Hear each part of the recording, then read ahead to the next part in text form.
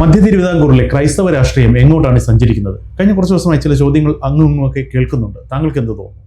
കേരളത്തിലെ ക്രൈസ്തവ രാഷ്ട്രീയത്തിലേക്ക് ഇപ്പോൾ കടന്നു വന്നിരിക്കുന്നത് BJP ആണ്. BJP ക്രൈസ്തവ സ്വാധീനത്തിലേക്ക് തുടങ്ങി. ഘട്ടം ഘട്ടമായിട്ട് വലിയൊരു വിഭാഗം ആളുകൾ BJPയിലേക്ക് പോകും. കാരണം മുനമ്പത്തൊരു വിഷയം വന്നപ്പോൾ താൽക്കാലികമായിട്ട് അതൊക്കെ പരിഹരിക്കാനൊക്കെ കഴിഞ്ഞെങ്കിൽ പോലും ആ വിഷയം വന്നപ്പോഴേ മുനമ്പം വിഷയത്തിൽ കുടിയേറ്റക്കാരായ അവിടുത്തെ താമസിക്കുന്ന അവിടെ പാർത്തുകൊണ്ടിരിക്കുന്ന ക്രൈസ്തവരുടെ താല്പര്യം സംരക്ഷിക്കണം, അതുകൊണ്ട് ഈ വഖഫ് ബില്ലിനെതിരെ വോട്ട് ചെയ്യണം എന്ന് മതമേലധ്യക്ഷന്മാർ പറഞ്ഞിട്ടും കോൺഗ്രസ് നേതൃത്വം കൈക്കൊണ്ടില്ല. അവരതിനെതിരായിട്ടാണ് വോട്ട് ചെയ്തത്. പാലസ്തീനോട് ഐക്യദാർഢ്യം പ്രകടിപ്പിച്ചുകൊണ്ട് പ്രിയങ്ക ഗാന്ധി ഒരു ബാഗും ഒക്കെ ധരിച്ച് തണ്ണിമത്തം ബാഗും ധരിച്ച് അവിടെ വന്നു. അപ്പോൾ ഇത് ഞാൻ പറഞ്ഞു വന്നത്, മതമേലധ്യക്ഷന്മാരെ കോൺഗ്രസ് നേതൃത്വം അവഗണിക്കുകയാണ്.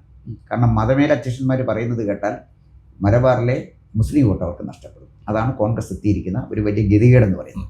മതമേലധ്യക്ഷന്മാർ വന്നിരിക്കുന്ന ഒരു ഗതികേടെന്ന് പറഞ്ഞാൽ അവർ പറഞ്ഞ കുഞ്ഞാടുകൾ കേൾക്കുന്നില്ല എന്നുള്ളതാണ്. മനസ്സിലായി. അപ്പോൾ അതൊരു വല്ലാത്ത ഘട്ടമാണ്. ഇപ്പോൾ ഇത് പറയുമ്പോഴേ മലബാറിലെ മുസ്ലിം പൊളിറ്റിക്സിനെ കുറിച്ച് പറയുമ്പോൾ അതും ക്രൈസ്തവ രാഷ്ട്രീയമായിട്ട് ഒന്ന് ചേർത്ത് വെച്ച് വായിക്കേണ്ടതുണ്ട്. അതായത് ഈ മുസ്ലിങ്ങൾ സംഘടിതരായി അവർ വർദ്ധിച്ചുകൊണ്ടിരിക്കുന്നു, അവർ അധികാര കേന്ദ്രങ്ങൾ പിടിമുറുക്കിക്കൊണ്ടിരിക്കുമ്പോൾ ഞങ്ങൾ ക്രൈസ്തവർക്ക് ഒരു മുഖം പോലും ഇല്ല, ഞങ്ങൾ സംഘടിതരാകേണ്ടതുണ്ട്, ശക്തരാകേണ്ടതുണ്ട് എന്നുള്ളൊരു ബോധം അവർക്കുണ്ടാകുന്നു. പക്ഷെ അവരെ നയിക്കാൻ അല്ലെങ്കിൽ അവർക്ക് മുന്നിൽ ഉയർത്തി കാണിക്കാൻ ഒരു നേതാവില്ല. ഉമ്മൻചാണ്ടിക്ക് ശേഷം അല്ലെങ്കിൽ കെ മാണിക്ക് ശേഷം അങ്ങനെ ഒരു അവസ്ഥ വന്ന സാഹചര്യത്തിലാണ് ഈ കാസ എന്ന് പറയുന്നൊരു സംഗതിക്ക് സാധ്യത കൂടുതൽ ഏറുന്നത് എന്ന് വിലയിരുത്തപ്പെടുന്നുണ്ട്.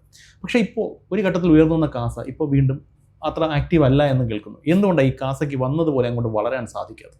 അല്ല, ഏത് സംഘടന ഒരു സാഹചര്യത്തിൻ്റെ സൃഷ്ടിയാണ്. കേരളത്തിലെ കാസ എന്ന് പറഞ്ഞാൽ പൊതുവേ ക്രൈസ്തവർ കേരളത്തിലെ സമാധാന താല്പര്യമുള്ള ആളുകളാണ്. അവർക്ക് അവരുടെ സാമ്പത്തിക താല്പര്യമേ ഉള്ളൂ. ആളുകളായിട്ട് വഴക്കുണ്ടാക്കാനും ആളുകളെ കൊല്ലാനും കേസ് നടത്താനൊന്നും ഒരു താല്പര്യമില്ല. അവർക്ക് മാനമര്യാദയായിട്ട് ഇവിടെ ജീവിക്കണം, പള്ളിയിൽ പോകണം, സംരക്ഷണം, അവരുടെ ബിസിനസ് നടക്കണം. അതിനത്ര വളരെ സിമ്പിൾ ആണ്. ആരെയും അവർ ഉപദ്രവിക്കാൻ വരുന്നില്ലല്ലോ.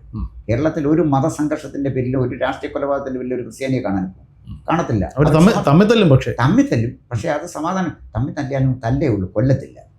ഓർത്തഡോക്സും യാക്കോബായ സഭയും തമ്മിൽ വഴക്ക് നടന്നപ്പോഴേ മൃതദേഹം കൊണ്ട് സംസ്കരിക്കാനൊക്കത്തില്ലെന്ന് പറഞ്ഞാൽ അടിയും പിടിയൊക്കെ നടക്കും, കൊലപാതകത്തിലേക്ക് പോകും. 2 വൈദികന്മാരെ കൈവയ്ക്കും, അത്രേ ഉള്ളൂ. അതൊക്കെ അടിയല്ലേ ഉള്ളൂ, കൊല്ലുന്നില്ലല്ലോ.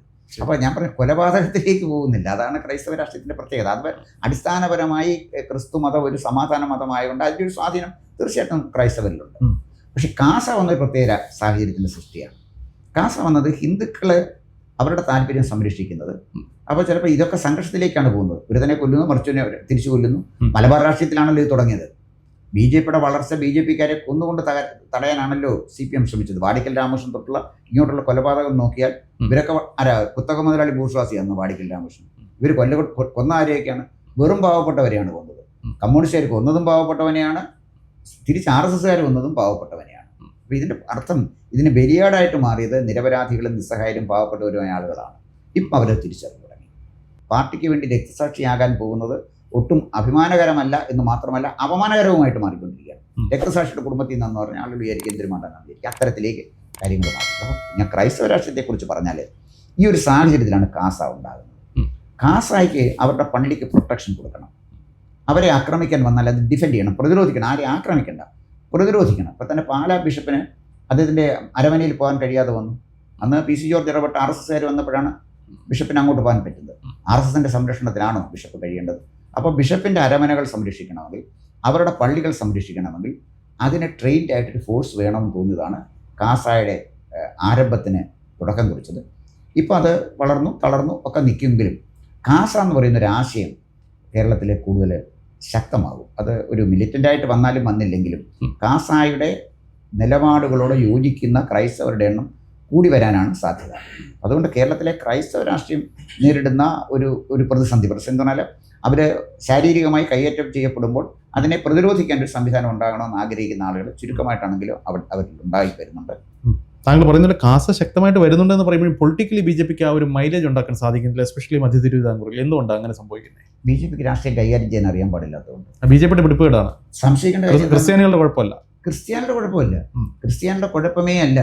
BJP വളരാതിരിക്കുന്നത് കേരളത്തിലെ BJP നേതൃത്വത്തിൻ്റെ പിടിപ്പ് കൊണ്ട് മാത്രമാണ്. പിടിപ്പുകേട് കൊണ്ട് കേരളത്തിൽ BJP വളരാതിരിക്കുന്നത് കേരളത്തിലെ BJP നേതൃത്വത്തിന്റെ പിടിപ്പേട് കൊണ്ട് മാത്രമാണ്. പക്ഷേ ഇതിങ്ങനെയൊക്കെയാണെങ്കിൽ ഇപ്പോൾ പൊതുവെ ക്രിസ്ത്യാനികളെ കുറിച്ച് പറയുന്ന അവരെപ്പോഴും കരുത്തരായ നേതാക്കന്മാരെ അംഗീകരിക്കുകയും അവരെ എടുത്ത് തലയിൽ വെക്കുകയും ചെയ്യുന്ന ആൾക്കാരാണെന്നുള്ള ഒരു പൊതു വിലയിരുത്തലുണ്ട്. അങ്ങനെയാണെങ്കിൽ ഇവർക്ക് എന്തുകൊണ്ട് നരേന്ദ്രമോദി അവർ പ്രൊമോട്ട് ചെയ്യുന്നില്ല? ഇപ്പോഴും നരേന്ദ്രമോദിയുടെ ഒരു അകൽച്ച ക്രിസ്ത്യാനികൾക്കാണോ ക്രിസ്ത്യൻ സഭ മേലധ്യക്ഷന്മാർക്കാണോ എന്ന് അറിയത്തില്ല. പക്ഷേ ഇപ്പോഴും ഒരു അകൽച്ച ഒരു കരുത്തനായ നേതാവായ നരേന്ദ്രമോദിക്ക് പോലും ലഭിക്കുന്നില്ല ആസ് ഇറ്റ് ഡിസേർവ്സ്.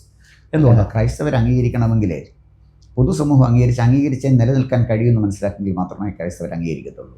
ക്രൈസ്തവർ അംഗീകരിക്കണമെങ്കിൽ ധീരന്മാരായിരിക്കണം. ഒരു കാരണവശാലും ഒരു സമ്മർദ്ദത്തിന് വഴങ്ങില്ല എന്ന് പറയുമ്പോഴേ അംഗീകരിക്കും. അവരുടെ സഭയുടെ സമ്മർദ്ദത്തിന് വഴങ്ങിയാൽ പിന്നെ ഒരു കാരണവശാലും രാഷ്ട്രീയക്കാരൻ പോകുകയില്ല. അതിന് തർക്കമേ ഇല്ല. ഇപ്പം 2014 നരേന്ദ്രമോദിയുടെ ഗവൺമെൻറ് അധികാരത്തിൽ വന്നു. ഇന്നലെ അൽഫോൺസ് കണ്ണന്താനത്തിനെ മന്ത്രിയാക്കിയത്. അൽഫോൺസ് കണ്ണന്താനത്തിന് കേരളത്തിൽ എന്ത് സ്വാധീനമാണ്? അപ്പോൾ സഭയ്ക്ക് കൊടുത്ത ഒരു ഗുഡ് വിൽ അതിൻ്റെ ഭാഗമായിട്ടാണ് അദ്ദേഹത്തിനെ മന്ത്രിയാക്കിയത്. പക്ഷേ 2019 വന്നപ്പോൾ എന്ത് സംഭവിച്ചു? ഒഴിവാക്കി. 2019 പിന്നെ എല്ലാ പള്ളികളിലും നരേന്ദ്രമോദി തോക്കണമെന്ന് പ്രാർത്ഥന നടത്തിയത് അറിയാം. കേരളത്തിലെ പള്ളികളിൽ നരേന്ദ്രമോദി തോക്കണം, BJP അധികാരത്തിൽ പുറത്തു പോകണമെന്ന് പ്രാർത്ഥന നടത്തി. അതെന്താ അങ്ങനെ? കരുത്തനായ നേതാവായിട്ട് നരേന്ദ്രമോദി തോൽക്കണമെന്ന് ക്രിസ്ത്യാനികൾ ആഗ്രഹിച്ചത് എന്തുകൊണ്ടാണ്? അത് അവരുടെ വ്യാവസായം. നമ്മൾ മുമ്പേ പറഞ്ഞ പോലെ അവരുടെ ചില രണ്ട് താല്പര്യങ്ങളുണ്ട്. ഉത്തരേന്ത്യയിൽ അവർക്ക് ഇഷ്ടം പോലെ മതപരിവർത്തനം നടത്തണം. അതിന് RSS എതിരാണ്, അത് സമ്മതിക്കില്ല. 2, ഫോറിൻ ഫണ്ട് ഇഷ്ടം പോലെ സ്വീകരിക്കാൻ അനുവാദം കൊടുക്കണം, അത് സമ്മതിക്കില്ല. അത് ഫോറിൻ ഫണ്ടിൻ്റെ FCRA വന്നിട്ടുണ്ട്, ഫോറിൻ കോൺട്രിബ്യൂഷൻ റെഗുലേഷൻ ആക്ട് വന്നപ്പം അത് നിയന്ത്രിക്കപ്പെട്ടു. ഈ 2 കാര്യങ്ങൾ അതാണ് ഞാൻ പറഞ്ഞത്. മതപരമായ പ്രശ്നമല്ല ക്രൈസ്തവരെ BJP നിന്ന് മാറ്റി നിർത്തിയിരിക്കുന്നത്, അവരുടെ സാമ്പത്തിക താല്പര്യമാണ്. സാമ്പത്തിക താല്പര്യത്തിൽ ഒന്ന്, ഉത്തരേന്ത്യയിൽ പോയി മതപരിവർത്തനം നടത്താനുള്ള അവസരങ്ങൾ ചുരുങ്ങി വരുന്നു. മതപരിവർത്തനം നടത്തിക്കൂടെ എന്ന് ചോദിച്ചാൽ ഭരണഘടന മതപരിവർത്തനം നടത്താനൊക്കെ അനുവാദം കൊടുക്കുന്നുണ്ടെങ്കിലും ഉത്തരേന്ത്യക്കാരനത് മനസ്സിലാകണ്ടേ? മതപരിവർത്തനത്തിലേക്ക് പോകുമ്പോൾ സംഘർഷത്തിലേക്ക് പോകുന്നത്. ഒരു വിശ്വാസിയുടെ കൂട്ടത്തിൽ നിന്ന് ഒരാളെ കൊണ്ടുപോകുമ്പോൾ സ്വാഭാവികമായിട്ട് സംഘർഷം ഉണ്ടാകുമല്ലോ. അതാണ് അവിടെ നടന്നുകൊണ്ടിരിക്കുന്നത്.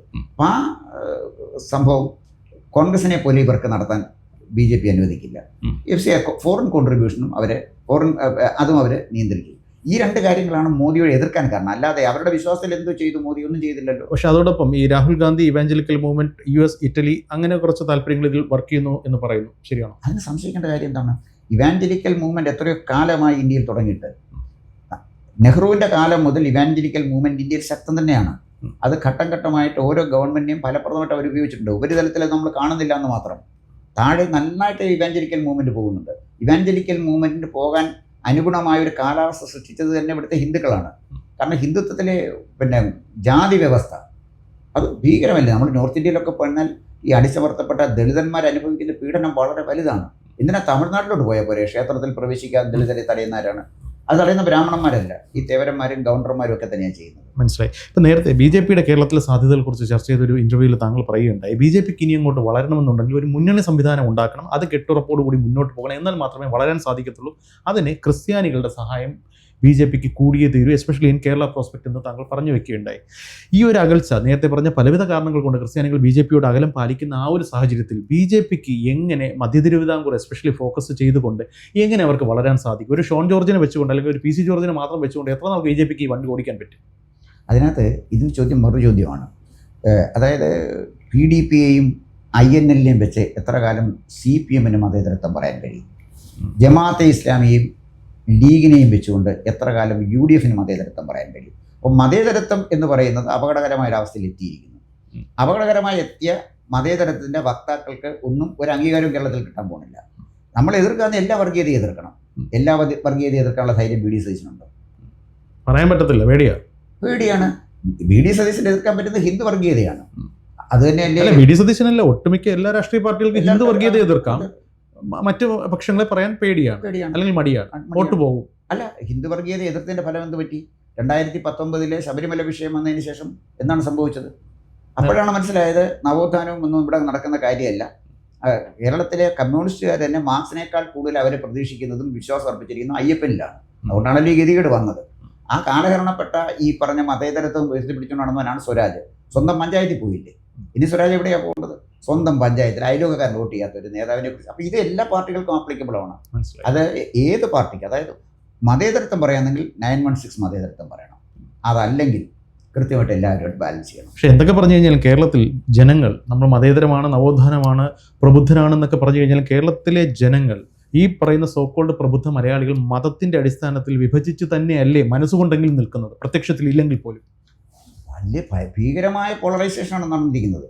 ഹിന്ദുക്കൾ കൂടുതൽ വർഗീയവാദികളായിട്ട് മാറിയിട്ടുണ്ട്. നമ്മൾ പൊതുവെ കാണുന്നതല്ല, മുസ്ലിങ്ങൾ മാത്രമല്ല, ഹിന്ദുക്കളിലും വർഗീയ സ്വാധീനം, വർഗീയത വളരെ കൃത്യമായിട്ട് വർദ്ധിച്ചു വരികയാണ്. ക്രൈസ്തവരുടെ ഇടയിൽ വരുന്നതിൻ്റെ തടസ്സം എന്താണെന്ന് ചോദിച്ചു കഴിഞ്ഞാൽ, ഞാൻ ഈ പറഞ്ഞ പോലെ അവരെ ഒരു ധീരമായ തീരുമാനം എടുക്കാൻ കഴിയുന്നില്ല. രണ്ടാമത്തെ കാര്യം, ക്രൈസ്തവരിലെ അത് മാത്രമല്ല, ക്രൈസ്തവരിൽ വലിയൊരു ഭാഗം മറ്റ് രാജ്യങ്ങളിലേക്ക് കുടിയേറിക്കൊണ്ടിരിക്കുകയാണ്.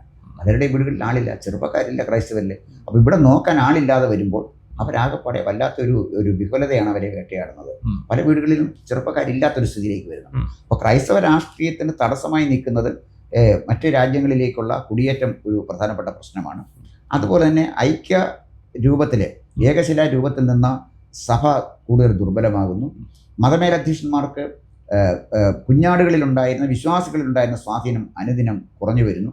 അപ്പോൾ ക്രിസ്ത്യാനികളെ സംബന്ധിച്ചിടത്തോളം അവർക്ക് എവിടേക്ക് പോകണം, എങ്ങനെ പോകണമെന്ന് അവർക്കറിഞ്ഞില്ല. വർഗീയതയുടെ പേരിൽ അവർക്ക് BJP എതിർക്കാം, പക്ഷേ UDF എങ്ങനെ അംഗീകരിക്കാൻ പറ്റും? LDF എങ്ങനെ അംഗീകരിക്കാൻ പറ്റും? ഇവിടെ വരുന്ന പ്രശ്നം ക്രൈസ്തവർ ശിക്ഷിക്കുന്ന ഒരു വഴിത്തിരിവിലാണ്. എന്ത് ചെയ്യണമെന്ന് അറിഞ്ഞുകൂടാ. അവരുടെ ഈ വിഹുലത, അവരുടെ അരക്ഷിതാവസ്ഥ, അത് ഫലപ്രദമായിട്ട് ഉപയോഗിക്കാൻ BJPക്ക് കഴിഞ്ഞാൽ തീർച്ചയായിട്ടും മാറ്റങ്ങൾ ഉണ്ടാക്കാൻ പറ്റും. അതിന് വേണ്ടത് BJPയുടെ പ്രവർത്തന ശൈലിയിൽ മാറ്റം ഉണ്ടാകണം. മനസ്സിലായി. ക്രൈസ്തവരിലൊരു വിശ്വാസം ഉണ്ടാകണം. അവർക്ക് കൂടി അംഗീകരിക്കാൻ പറ്റുന്ന നേതാക്കന്മാരെ പ്രാദേശികമായി BJP വളർത്തിയെടുത്താൽ തീരാവുന്ന പ്രശ്നമേ ഉള്ളൂ. ഇത് അല്ല, അതിനപ്പുറത്ത് പറയാൻ വേണ്ടി കാര്യമൊന്നുമില്ല. അതായത് താങ്കളുടെ വാക്കുകളുടെ രക്തം ചുരുക്കം ഇതാണ്, ക്രൈസ്തവ രാഷ്ട്രീയത്തിന്റെ ഒരു ബെനിഫിറ്റ് കൊയ്യാൻ അർഹമായ ഏക പ്രസ്ഥാനമെന്ന BJP ആണ്. പക്ഷെ അതവർ ചെയ്യുന്നില്ല. എന്താണ് സംഭവിക്കുക എന്നുള്ളത് നമുക്ക് നോക്കാം. വരും ദിവസങ്ങളിൽ കാത്തിരുന്ന് കാണാം. നന്ദി. കൂടുതൽ വാർത്തകളും വിശേഷങ്ങളും നേരിട്ട് ലഭിക്കാൻ ജനങ്ങളിൽ നിന്ന് ജനങ്ങളിലേക്ക് ജനഭൂമി ന്യൂസ് സബ്സ്ക്രൈബ് ചെയ്യൂ. ബെൽ ബട്ടൺ അമർത്താനും മറക്കരുത്.